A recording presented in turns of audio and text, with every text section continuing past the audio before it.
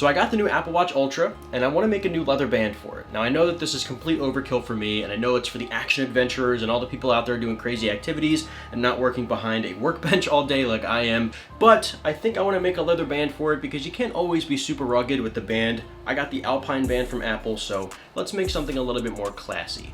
Now this particular Apple Watch does incorporate a new button called the Action button, and listen, I'm not a tech reviewer, the world doesn't need another tech reviewer, but just quickly, it has international orange colors into it, and it's a silver-ish titanium case, so I want to build those colors into my watch band.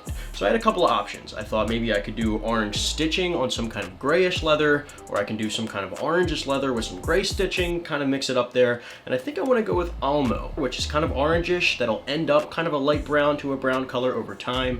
And I think I want to pair it up with gunmetal gray stitching, which will tie into the case itself. So what do you say we get started? So the first thing I want to do is throw it in my Glowforge. Now the Glowforge is going to make things so much easier because I designed this particular watch band to be cut with the laser. It's cutting out all of my stitching holes to make production a little bit faster for when I'm doing batch orders for watch bands like this one. Now before I can skive down the watch buckle section of the watch band, I want to hone in the blade on my 12mm skiving knife. Now this is a French skiver from Palo Santo factory that's going to help me shave away some of the leather that you see here so that when that piece folds over, it's not super thick. I want to thin out that edge so when it folds over, it reduces some of the bulk. Now I use Aquillim 315, it's a water-based glue to glue down the interior padding that I designed for this watch band to give it a more elegant shape. Not a particular fan of flat watch bands that don't have much to it. I think this is going to give it a little bit more of a bulge in the middle up toward the watch face itself. I do that for both sides of the band, the smaller section and the larger one, which you can see here, and you get a really good look at all of the stitching holes that are cut out. So when I fold it over, those holes match up perfectly, and I know it is laser precise every single time because of my Glowforge, which by the way, I'm not sponsored. I just really believe in the Glowforge. From there, I want to get to work on the watch band loops. Now these are just two 1/2-inch pieces of the exact same leather that I bevel the edges with my edge beveler, a number 2 edge beveler, also from Palo Santo factory, and then I use Tokonole and canvas cloth to burnish.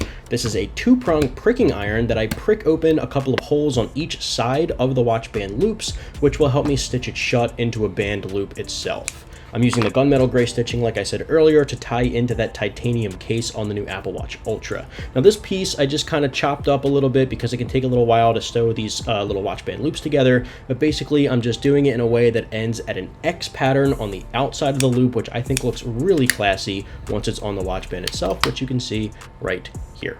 That X is just giving it some class, I think. Next up, we're going to stitch the actual band itself. Now, I only filmed 1/2 of it just because it's a repetitive process and it's the same for both pieces of the watch band.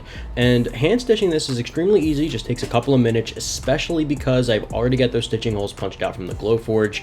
I just do a very simple saddle stitch method that gets it all locked into place, and then I use my thread snips to cut off the excess. And I switched over to a Bic torch lighter, just gives it a little bit of extra heat to melt that snipped off thread, and then I just touch it with my finger and it goes flat. From there, I break out the Tandy Pro Burnishing machine to sand off the excess laser char from the Glowforge and to make sure the edges are completely flush, prepping it for edge beveling, which will give it that 90-degree angle, taking off the harsh cut that the sandpaper left. Now I hit that on both sides, front side, back side, flip it upside down, do the same thing again with the edge beveler. And by the way, it's a number 2 edge beveler from Palo Santo factory. From there, Tokonole and a needle applicator is my preferred method of burnishing, and then I hit it with a plain white canvas cloth, which I highly recommend for any crafters out there who have not tried it yet. Just gives you a nice classy edge. To finish things off, I hit it with the whiskey glass icon for 80 proof goods on the underside of the small portion of the watch band. Then I threw on some polished silver buckles and connectors for the Apple Watch to tie into that titanium case. Now, I want to hear from you guys. What do you think of the Olmo Minerva full grain Italian leather to tie into that action button, the international orange action button on the Apple Watch Ultra? And I want to know what you think of the gunmetal stitching as a choice to tie into the titanium band. Of course, if you want to see more like this, subscribe, like, hit that like button. It definitely goes a long way to help build a small channel.